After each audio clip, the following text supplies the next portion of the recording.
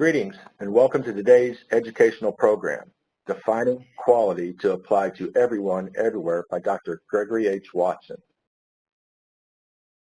This is your moderator, Jerry Rice, filling in for Doug Wood with ASQ's Quality Management Division. Today we have the distinct pleasure of hearing from Dr. Gregory H. Watson. Please join me in welcoming him. Dr. Watson has degrees in management, law, and industrial engineering. He is an 18-year ASQ fellow and past chair, year 2000, of ASQ. He received the ASQ Distinguished Service Medal, plus Lancaster, Crosby, and Ishikawa medals. He has been named an honorary member by 17 national quality associations. Dr. Watson delivered speeches to 20-plus ASQ national and divisional conferences, twice for QMD. Former quality executive with Hewlett-Packard, Compaq Computer, and Xerox. He has coached executives in quality transformations at Nokia Mobile, Toshiba, ExxonMobil, and over 20 other companies. He is the only Westerner to be awarded the Deming Medal by JUICE. So without further ado, it's my pleasure to introduce Dr. Watson. And Greg, the floor is yours. Thank you very much, Jerry. Well, tonight we're going to talk about quality, one of my favorite topics. And what I'd like to do is just begin with our thinking about quality in terms of the historical meaning of quality. And we're going to go all the way back at the very beginning of history, where we start recording the first words spoken about quality actually were spoken by Aristotle. And what I see is that quality has really been treated over its history as an ambiguous term. It's easy to get confused about the meaning of quality because everybody treats it differently based on the context in which it's applied. So it has a certain relativistic meaning. And one modern author, John Garaspini, went so far as to claim that quality is almost entirely subjective. He said, I'll know it when I see it. And that doesn't really help us a whole lot if we want to hold people responsible for quality. Others have attempted that quality is a tightly bounded term fixed in very precise quality engineering specifications. Others blend those concepts so the perspective of quality depends wholly on whatever a customer requires. And the purpose of this presentation is to investigate what the historically applied definitions of quality and assess their relative degrees of ambiguity compared to the basic definition of quality that was first offered by Aristotle. So Aristotle, in his very beginnings, had a philosophical construct of quality. His first book about this was the Metaphysics, and he identified 4 different ways to think about the meaning of quality. And so the first was differences of real substance, like in quality characteristics. And we can see one product or one service has some better characteristic. Another is a mode of a subject in motion of itself, or ways in which somebody works. And this is talking about how we work, and it can be classified according to its value. Then he talked about the good, which he called the eudaimonia. And it's a good that is composed of all goods. So it's perfection in virtue or excellence. And the word for excellence is arete. And so this is the highest possible good, was this eudaimonia. And then the fourth was, he talked about bad, and that's akrasia. And that's inferiority or a characteristic reasoning mode that is undesirable because it lacks self-control. And now Kano actually used this Aristotelian definition of goodness and this juxtaposition between goodness and badness to formulate the mental model that we will then talk about, and we have talked about in a prior lecture, that fed his theory of attractive quality. Aristotle then talked about this term of excellence, and he said that moral excellence is a virtue. That means it's like an ethical, moral principle. And he described it, he says, it becomes a habit. He said excellence then being of these 2 kinds, intellectual excellence or moral excellence. Intellectual excellence owes its birth and growth mainly to instruction. So you would get taught, you become intellectually excellent. But as far as moral excellence, it's the result of habit or custom. It's what we do because we're doing right actions. And so it's about the way we act. And so we see excellence in this. It's described using his approach in the categories in his book called The Organon, which is his 5 books about science. He said we can have a way of taking a look at categories of things. And from this, we got a tree diagram. So excellence divides into intellectual excellence, which is something we learn, and that's the virtue of thought, and then moral excellence, which is the virtue of character. And the point that Aristotle makes is it's not just to know what's good, but to be good. So it's about right actions. But then the question is, what's the action that's required? And then who decides what is right? So those were questions that were left up in the air after Aristotle was talking about it. Now we see that there were other philosophical questions that were raised about this dualism, this goodness and badness. And so we see that René Descartes was a French rationalist. And in his meditations, he talked about thinking 2 different ways, that there were learned ideas, things that we learn, and then innate ideas, that which was in us. And this innate idea is very similar to what Aristotle called the first cause. And later we called the final cause, and we think of this also as sort of the prime mover. Now, John Locke, a Scottish empiricist, came out with a different view. And he talked in his essay on human understanding that the primary quality is inseparable from an object. You see the object, you know it. And the secondary quality is produced because our senses interpret it from the way it's operating. And so we might talk about the quality of food being in what it is, and then how our senses take on that quality is the secondary type of quality. So we start seeing this idea of quality becoming constructed in slightly different perspectives based on use and perception of people. Immanuel Kant talked about what is called the categorical imperatives. And he had 3 different critiques that he used to think about what are the limits of knowledge that we have. And people ought to think autonomously, dare to be wise, and then act, is what he talked about. So his critique of practical reason, it's about pure practical reason, and this is, it must be cultivated, not restrained. But we have to develop understanding. His critique of pure reason, he wrote to think ahead. It's about transcendental things that formulate intuitions about the things in themselves. The things in themselves are the experience we have in life. And then his critique of judgment discusses judgment as intersecting understanding and reason. And his fundamental work was called The Groundwork of Metaphysics of Moral. And this was about rational agents to discriminate between right and wrong and good and bad. And if we put this into a model, we see that we get a model that looks something like this. So we see that there's undisputed, if you will, common sense principles. And it talks about the good, and it yields universal laws. That's the categorical imperative. And that's the middle box here, which is the groundwork of metaphysics and morals. Hindsight is about physics. It's about what goes on in the physical world.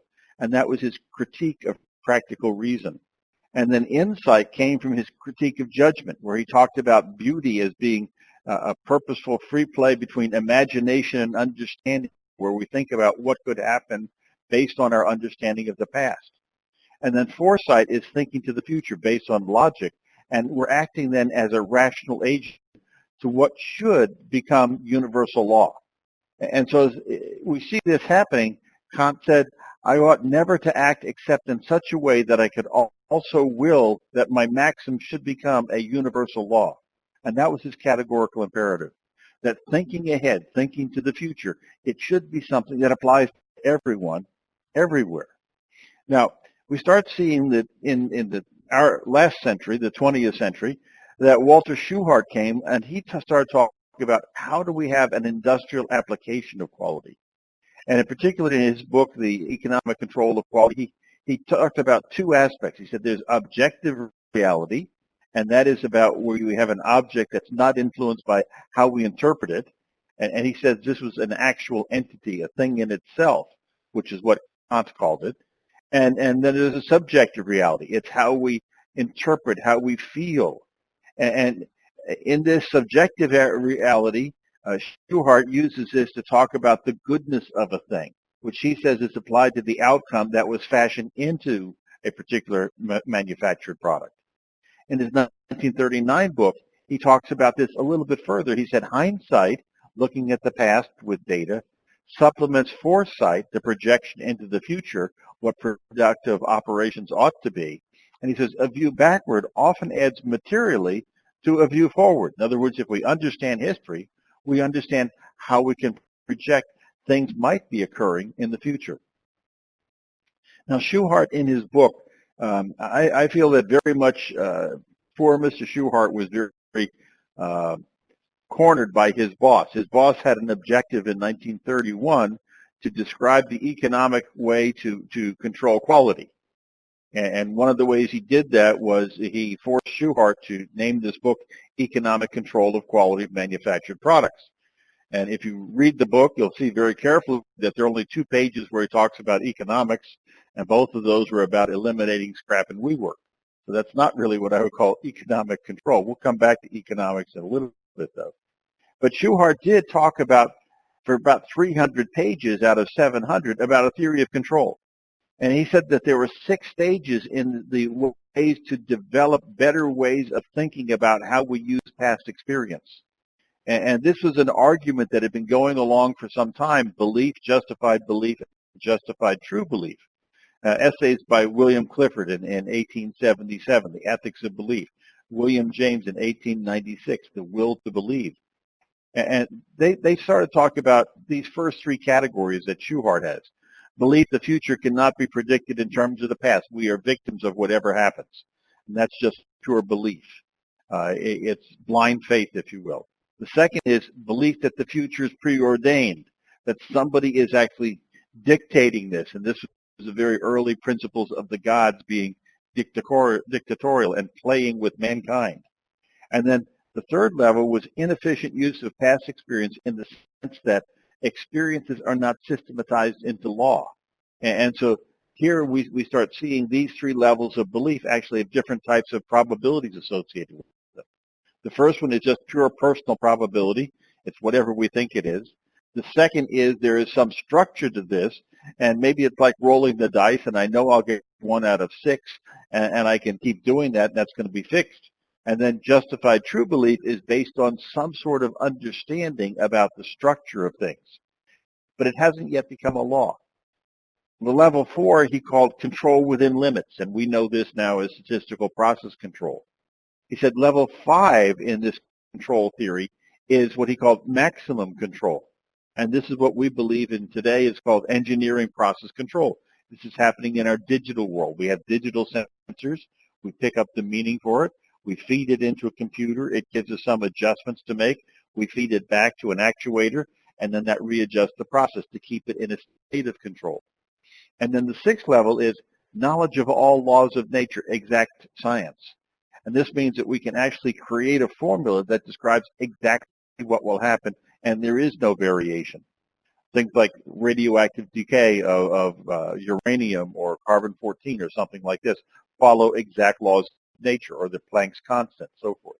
And so Shewhart then in 1939 came up with this graphic in the middle, which we tend to call the Shewhart cycle. And he talked about these 3 things. It's specification, production, and inspection.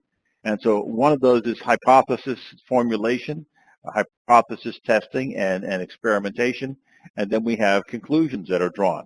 And that's the center of this control and transformation. And when he talked about this, he said hindsight supplements foresight. So hindsight is an input, and foresight is an output. It's prediction. And the reason we have prediction is so that we can actually create some idea about what we're getting out of this system, and to study the past problems and create a predictably stable future.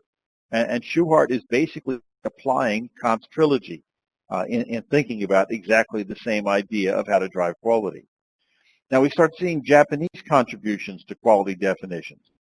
And Kaoru Ishikawa made a distinction between backward-looking quality and forward-looking quality. And he says there are 2 distinct modes. So the first is looking at getting rid of problems that have occurred in history based on experience of customers. The second is creating positive value by enhancing the features and functions that we're going to differentiate our products from rivals. So that's what we will give in the future to correct situations. For Ishikawa, the most important judge of quality is the customer. So for him, value is judged through the eyes of the customer in the final analysis. And Yoshio Kondo talked about how customer satisfaction is related to human motivation. And he defined motivation as stimulating the enthusiasm of people to do something. And so we see, again, this idea of different divisions of quality, backward-looking and forward-looking, coming from Ishikawa. And we start seeing that even the words in Japanese, we see there's two different functions of quality. And Kano talked about this in a 1984 paper. And so aramate hinshitsu means that a product is fit for a function. It can do or perform its intended purpose. And so here we see that things will work as they're supposed to. In other words, a pen will write. This is what Kano called must-be quality. And then Mirokateki hinshitsu is what would we think of as the charm of quality. It's worthy of attraction. It's fit for love. And this goes beyond this immediate product characteristics. It's sort of an aesthetic quality. And so it's not just the pen is writing, but it feels good when I hold it in my hand. I look at the ink on the paper. It's a beautiful color. The lines that it makes are very clear and appealing. And this is what Kano called attractive quality. Now, Drucker also talked about this. And in his book, The Practice of Management, he described three questions that we have to ask. He said, the first question is, are we doing the right things? And the idea behind this is we shouldn't waste our time doing wrong things. So this sounds an awful lot like lean thinking, doesn't it? Question number two, he says, are we doing the right things in the right way? And this sounds an awful lot like, are we following standard work? And we shouldn't waste our time doing things in the wrong way. So we shouldn't have wasted time or motion.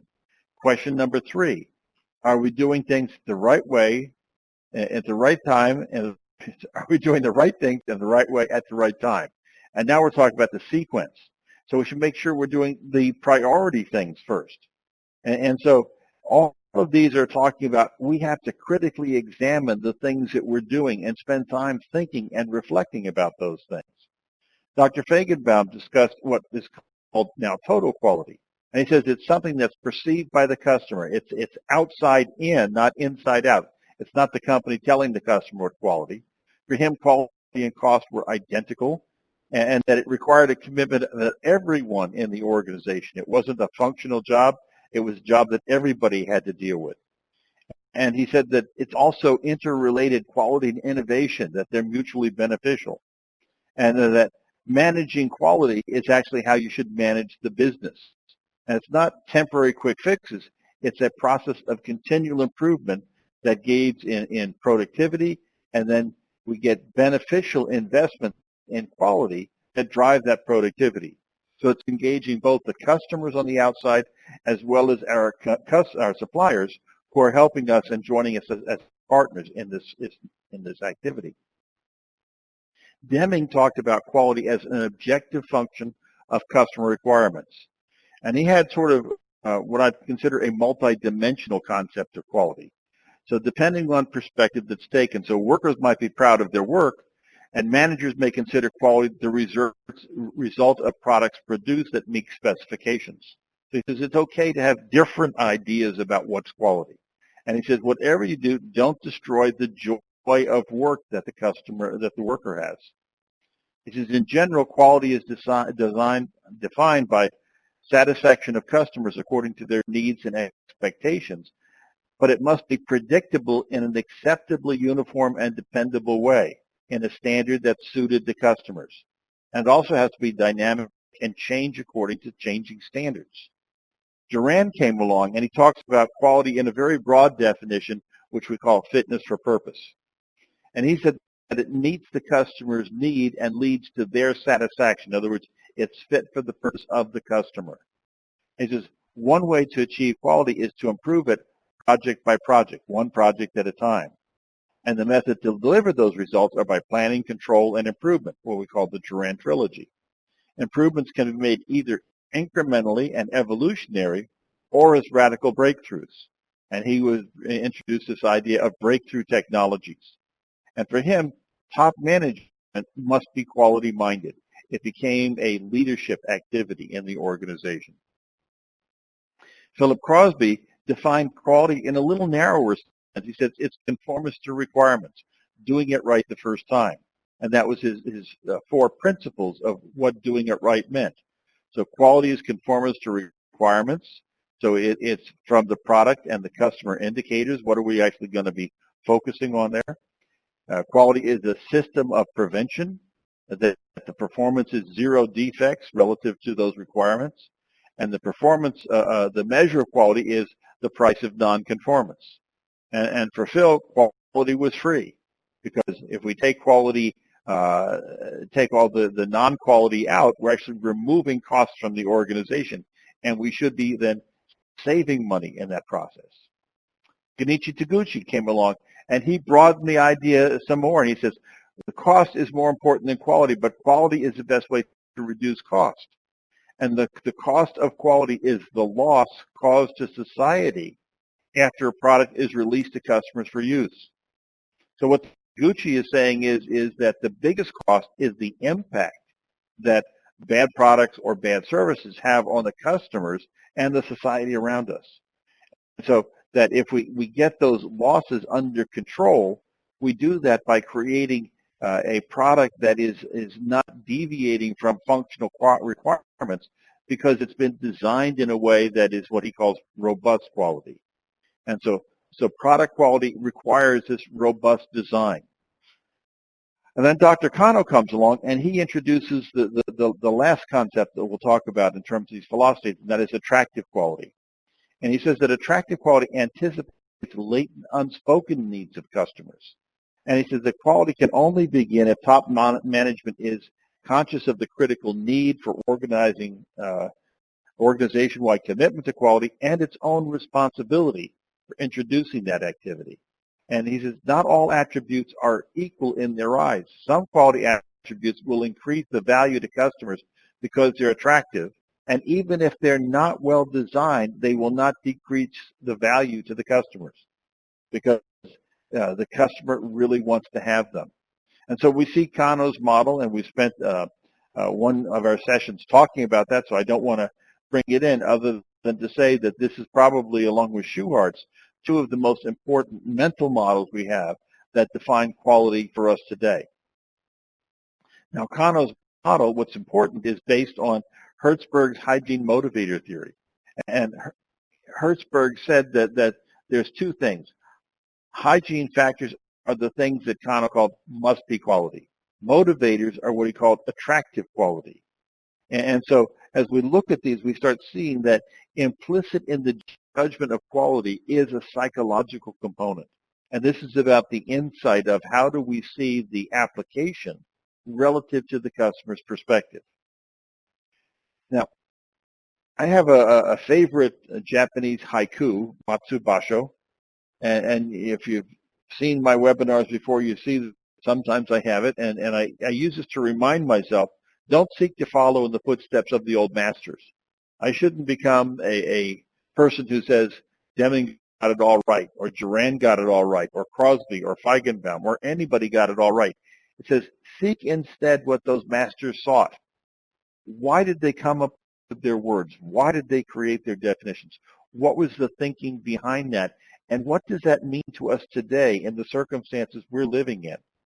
So as we follow this, we're going to go into part 2 now. And this is decomposing macro quality perspectives.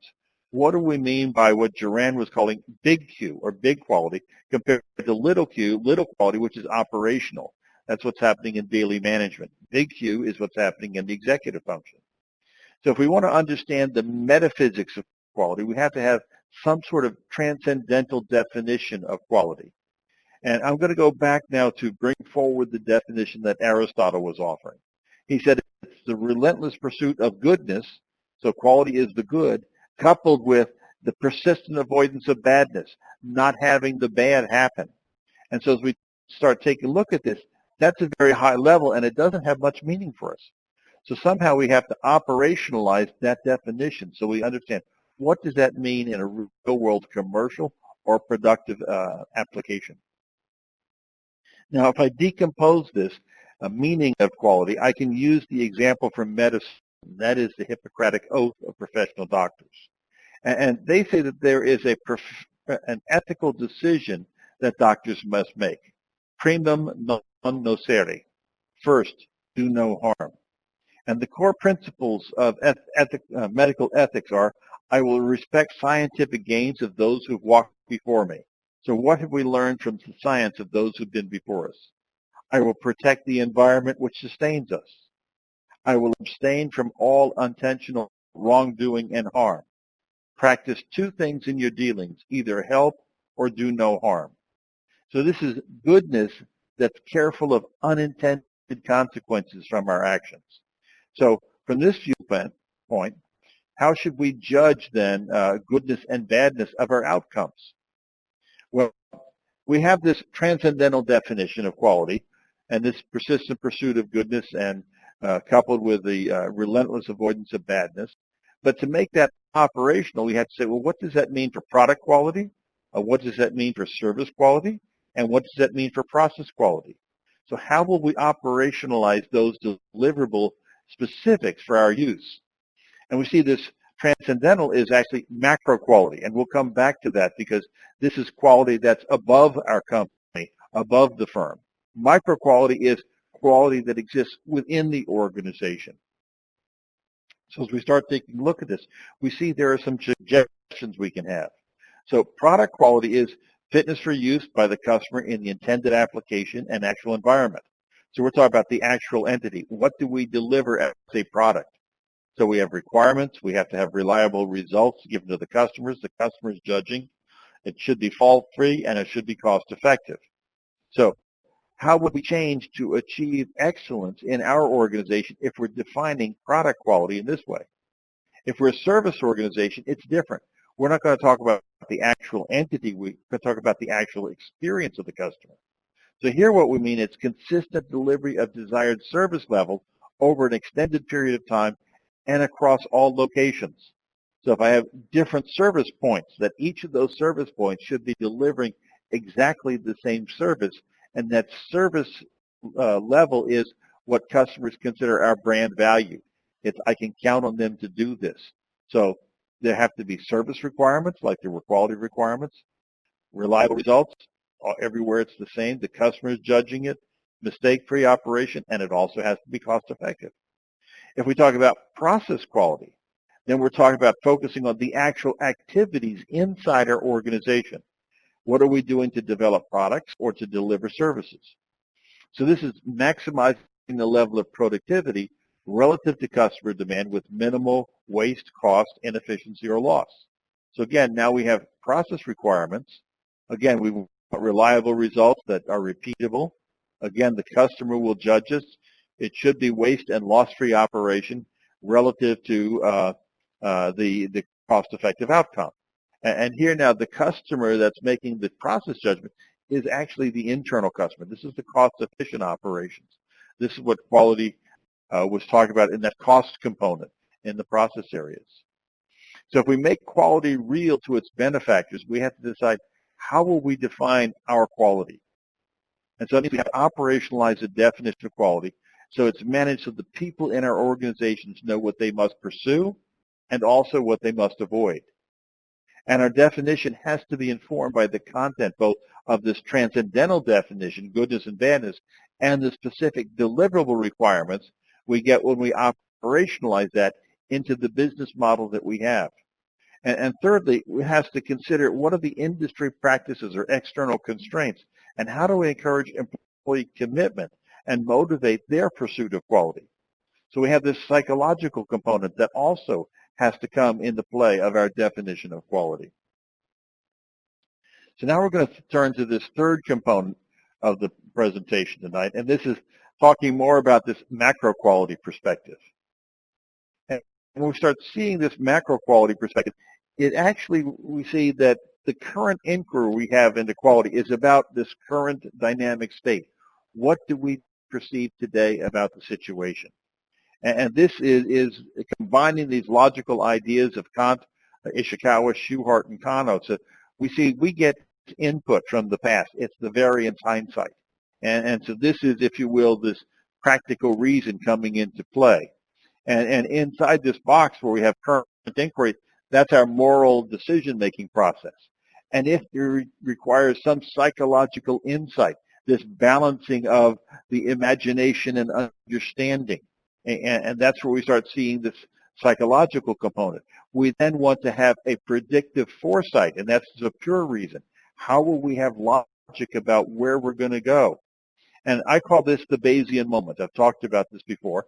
And that is because we are conditioning a future judgment based on the past and our ability to make that judgment. And this is where we live and work. This is where we do our quality activities. This is where we do our productive activities. This is where we interface with customers. And so the problem with this is transcendental quality, when I get into this macro level, it does not align with economic theory, because economic theory treats bad quality as a financial benefit. And this is, I think, one of the things that if I could wake up the economists in the world, that I would do this. And I'm thinking about how I might do this. But we start seeing sociological and macro thinking act against practicing quality as an accepted way of life. So the prevailing economic view says that all humans are inherently selfish, and that we'll always maximize our selfish return based on principles of supply and demand.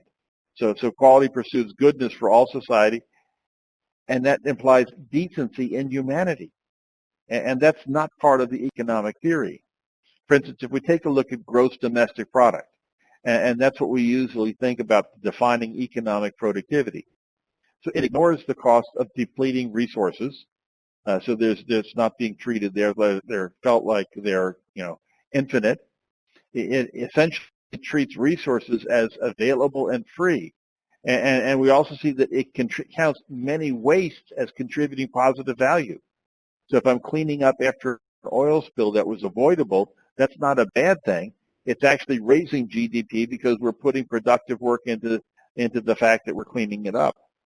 Increasing commuting by automobile, even if it's at higher cost of expenditures of gasoline or the environment, that actually raises GDP because we're spending the money on the gasoline.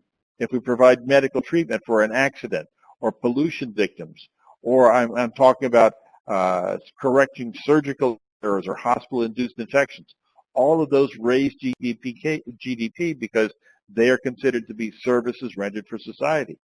So globalization has created volatility in the fortunes of firms. And we see management-led improvements and worsening productivity are masked because we have financial accounting measures that make you seem like you have a windfall instead of a setback. And we then confound or confuse what is this understanding of true financial performance, because our accounting systems do not allow us to see. They distort the value of what's happening, and they allow us to play games. So we're seeing that quality cannot be measured using traditional financial and economic indicators. This is one of the reasons why I say, this is going to be considered heresy, that the cost of quality is nothing that we should calculate or even bother with. One-time wake-up for management, fine. But other than that, there's no real value in doing it. We have to get down to understanding what are the cost-bearing activities in the organization using an activity-based costing approach. And I've, again, talked about that for an evening. The United Nations has their Sustainable Development Goals, their 17 goals. And these are defining their interpretation of transcendental quality for all of humanity. What does it take to have quality of life for mankind? And so this is saying there is no poverty, that there's zero hunger, good health for everyone, good education, gender equality, all these sorts of things. As we start taking a look at what it's saying is all goodness and no badness for all of planet Earth, that as humanity we should share in all of those things. And when we take a look at this, we see here is our globe, and we start seeing that it's filled with uncertainty and risk, and we have technology disruption happening and a lot of technology complexity around us. We have social disruptions happening, and we have to ask what's the question about social responsibility. We have social innovations going on, but do we have comprehensive inclusion where everybody's getting a fair treatment? And then do we have technological innovation, and how is our agility to change our technologies? So all of these things are happening all the time. And quality has to make sense out of nonsense. And the challenge for the global quality community is we have to learn, how do we reinvent ourselves? So we have to extend the scope of quality to less developed nations. As we start seeing the most developed nations, by a survey that was released just last year, said that basically the most developed nations in the world have the best quality programs, and that the least developed nations have none. We also have to move beyond manufacturing, service, and business uses and think about the secondary uses in terms of health care, and not just health care as being available, but the quality of how we do that health care. And then can we get that available to everyone as a human being? How about education? How do we have quality in education? And how do we have that objective way of getting people so that they can bring themselves to a higher level of value in society? And we have to create more profound understanding of the quality sciences. We shouldn't just be treating everybody the same. I know I get very upset when I see people come in and say, we have to learn the 7 quality tools. Why? Maybe that's not what you need to learn. What do you need to learn to do your job is the question.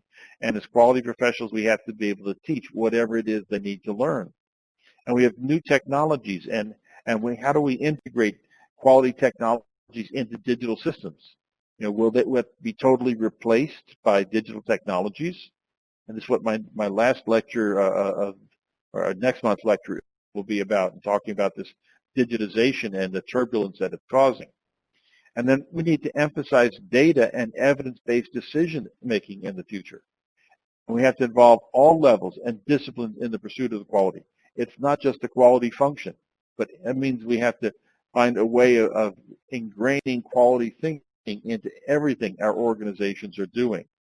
And we have to serve all quality customers, the commercial ones, internal, and also society at large. And we have to harmonize and strategic improvements for the organization with daily management, which is where we have the value-creating functions. And then create a culture of mutual trust, happiness, and prosperity, and most importantly, do no harm to society or the planet. So this is the challenge that we have. As we take a look at this, we see that quality is this persistent pursuit of goodness coupled tightly with a relentless avoidance of badness. That means it should be non-discriminatory, egalitarian. We should treat everyone as equals. It should be inclusive. Nobody is left out. Comprehensive. Everything that we do is included. And that means do no harm. Do no harm to the planet. Do no harm to the people. And so quality should be good for people, good for the planet, and doing no harm to either one of them. And pursuing goodness and avoiding badness, that means that we have to avoid loss to society. Shiroya Ishikawa, before he died, had a prayer of quality for humanity. And this was his benediction on life, that quality and related activities be spread everywhere in the world, that quality all over the world be improved, that cost be lowered, that productivity be increased, that raw materials and energy be saved, that peoples all over the world be happy, and that the world prosper and be peaceful. Inclusive action resulting in good life of quality for all of society. So quality for humanity is the global imperative. And so I have just this takeaway lessons learned. And then we have some time for questions. So summary statement. The validity of quality is applicable to all issues or concerns of society. I firmly believe that. At the macroeconomic, the scale of government, the scale of education, how we deal with climate control and all of those things, quality can play an important role. But this is this idea of macro quality. And if people realize that quality is a judgment that's relevant in all areas of our lives, it becomes important. If people think quality is only relevant to what you do on a production floor, then it becomes irrelevant in our lives. So if we as a global quality community continue to downplay the value of quality by always linking it to daily management issues and just how to solve daily management issues, then we are going to reap the results of irrelevance that have been sown by our attitude. We have to find ways to pick ourselves up so that we can see quality as being relevant to the whole world.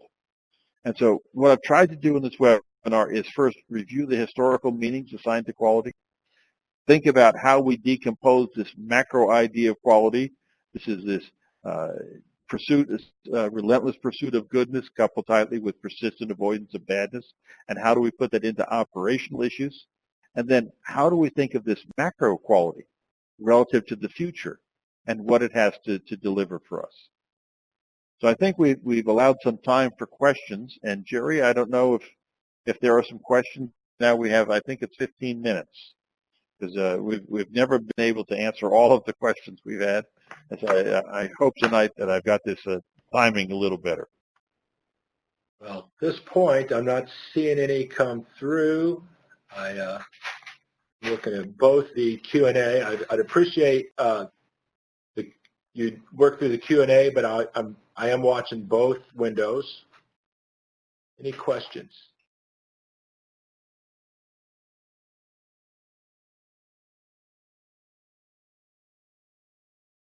I'm looking at the right stuff. Yep. We have one.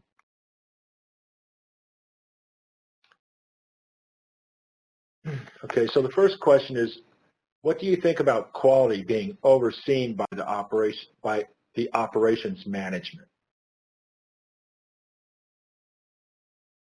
Well, I think that's absolutely fine, but they shouldn't be the only ones overseeing quality.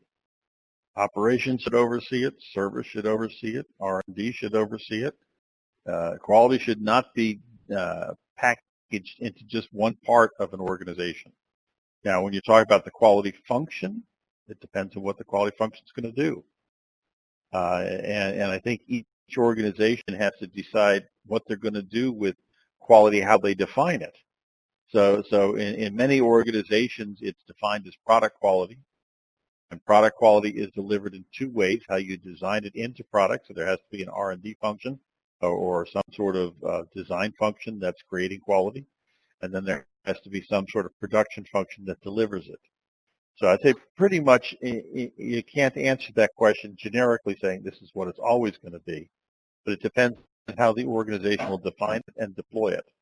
And some organizations talk about excellence and they mean business excellence by that, or they talk about doing things from a systemic point of view. And so each organization has to define their own definition of quality and then figure out how they make that work. Okay, well, here's another one, and this is in regards to your cost of quality heresy. Please say some more about what should replace cost of quality. Well, if I had my druthers, you would go in and do what's the analysis that was done in activity-based costing. Cost of quality is based on capturing costs that are in accounting systems, and accounting systems are flawed. So go back and I spent about an hour talking about that in one of these webinars. So there's a lot on that. But if you start talking about, are we concerned about this, Toyota only has one measure on the shop floor, and that's time. And time, when it gets longer, it's going to cost more money. And why time gets longer is because of lack of quality in parts, lack of quality in process, lack of motivation of workers.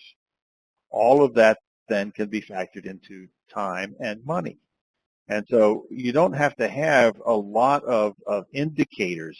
Certainly don't need a balanced scorecard. You have to understand, how do you put measurement systems together so you can have a value component or a cost component to it, as well as a benefit component, what you get out of it, and then how will you manage that standard? And certainly in discrete manufacturing, you can do all of that with a time-based measurement system.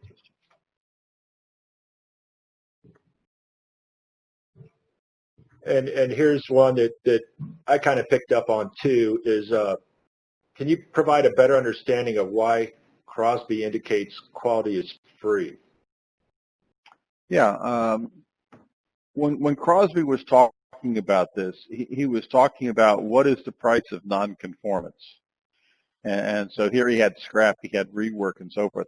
And you start pulling the causes of those out. You're not then creating any new costs. You're actually removing costs. And so at a certain point in time, what you're actually doing is that you're not spending investment money to make quality happen. And there are a lot of people, and again, the lecture I did on finances, one I would tell you go back and take a look at, because I cover this in quite a great deal.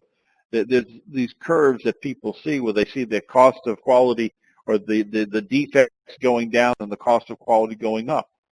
And that was a model that came out in the 1950s.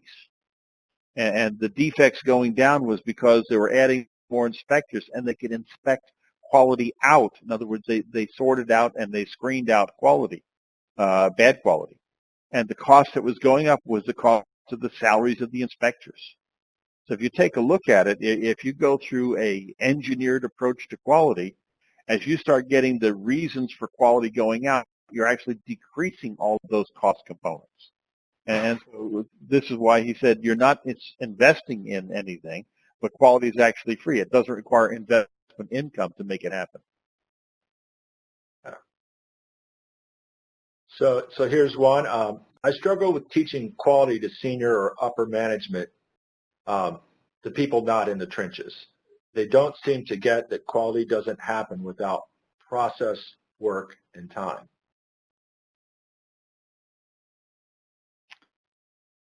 Yes. Right. That was my no, I just finished, I don't know, am I allowed to say something about my consulting practice? Yeah, I think so, yeah. Okay. Yeah. I've been asked this roughly for many, many times from people. I've worked with executives for over 30 years, and I never talk to them about quality. You know, if I talk to them about quality, that they say that quality is not relevant, I say, oh, don't you care about making money? Of course I do. Well, that's quality for them. And so, you know, they care about quality cash flow. Yeah, because if they don't have the money, they can't pay salaries. That's quality for them. So all that's happening is their standard of goodness and their standard of badness changed and how they measure it. And what I've done is I've started creating a series of courses. They're on Udemy. The first course is out there already. It's about continual improvement proficiency for business leaders. It's actually meant for quality managers or quality executives who want to learn how do you teach a quality executive about, how do you teach an executive about quality? And the answer is you don't. You teach them about business and how to make choices and how to do those choices right. And those are things that they want to learn. And how do they interpret and make understandings? How do they work with the organization to create success for the long term, sustainable success? And if you talk about 5S, you have to remember that that fifth S it's not sustainment. It's actually Shitsuke means to teach manners to the organization. How is our moral code going to work? It's about training, and it's very closely linked to Kaizen. So you can't have Shitsuke without Kaizen. And so in a daily management system, you only have the first three S's. And this is, I think, there's some very big, I'm thinking about actually writing a course in this because I'm getting a little frustrated by seeing so much going wrong or with 5S. But if you start taking a look at all of those things, the executive has to understand what is his obligation at the top of the organization to create a quality culture. Nobody can create the culture except the executive. And that is their biggest contribution. And if that culture is not created, and it has nothing to do with tools, it has nothing to do with methods, it's about how we work and how we treat each other and how we value what we're doing with our lives together. And in organizations that get that right, they can grow very, very fast. So I was the director of quality at Compaq. When I was there, we were growing 56% a year, and it was because of the culture. When I was at Nokia Mobile Phones, I was the executive's coach. Why were we growing at 86% a year for the 5-year period of time? It's because it was based on the values of the organization and how we perceived everyone working together.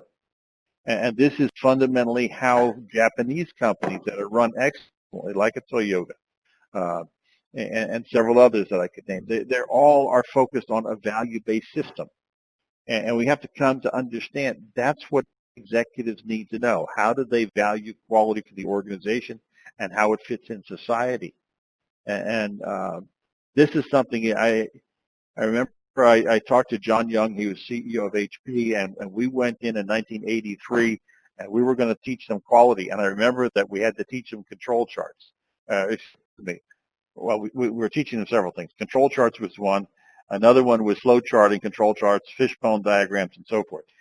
And I still remember after the first day of lectures, we asked, are there any comments? He said, yeah, I'm an electrical engineer. You think I don't understand flow charts? Those are called wiring diagrams. And all of a sudden, we just sort of looked at each other and said, ooh, we totally missed this, didn't we? And I think that's the sort of thing. We have to understand that those people are smart people. They've done a lot of stuff in their lives. It's not about teaching them tools and methods. It's about teaching them a different understanding how to get along in society with the organization that they're leading. Okay, so we have time for one more, and we aren't going to be able to get to everybody's questions, but Greg's email is up on the screen right now. He will answer your emails, and if you have additional questions. Of the PDFs of the slides, I can send them to you also. Okay, great. So one more. Can you please point out a specific model for starting a deployment of excellence program in an organization that does not have a focus on quality? So how would you start? What model would you start with? First of all, I wouldn't choose a model. What you have to do is find an event that is the crisis. If your organization does not focus on quality, they won't accept a model. That's a wrong approach. So business excellence is not starting. It's an aspiration. That means people have to want it. And then what you're teaching them is a level of aspiration to achieve. But if they have no sense of quality, they have no aspiration for excellence. So choosing a model is not the right thing. Choosing ISO 9000 will never get you there because it only codifies or legalizes a lowest minimum level of performance and says you're going to do it consistently and guarantee it to your customers. So what you have to do is you have to get people to understand, why are we together? What is our purpose for being here? And within that purpose, how will we accomplish that? What is going to be our way of working together to accomplish that? I've worked with a number of startups, and this is what I keep getting them back to, saying, okay, why are you here? What are you trying to accomplish? What is the reason? What's going to be the value? How will you know it's going to be good or bad? And if you start doing those things, people can then get on board and start realizing that we want to succeed. We want to create a good company. How do we do that? How do we agree that we're going to get there together? And just one more thing I'll mention is that 2 years ago at the World Economic Forum at the Davos conference, there was a manifesto that was put out by executives. And in that manifesto, they said the purpose of a corporation is no longer merely shareholder value. I think that's very important for us to internalize in the quality community. What the purpose of the organization is to create something of value for society. And that fundamentally changes how you look at what we're doing. And this is having its sort of ripple through effects. The Business Roundtable came out with a downgraded version of that, trying to get it back to shareholder value. But the Davos, there are 300 or 400 CEOs of major companies around the world who signed that manifesto. And I think this is the direction that we are moving as a society, is to say we have to have a purpose. We have to have meaning. And when we start talking about purpose and meaning, that's the moral imperative or the categorical imperative of Kant. Why are we doing things? What is the groundwork for doing that?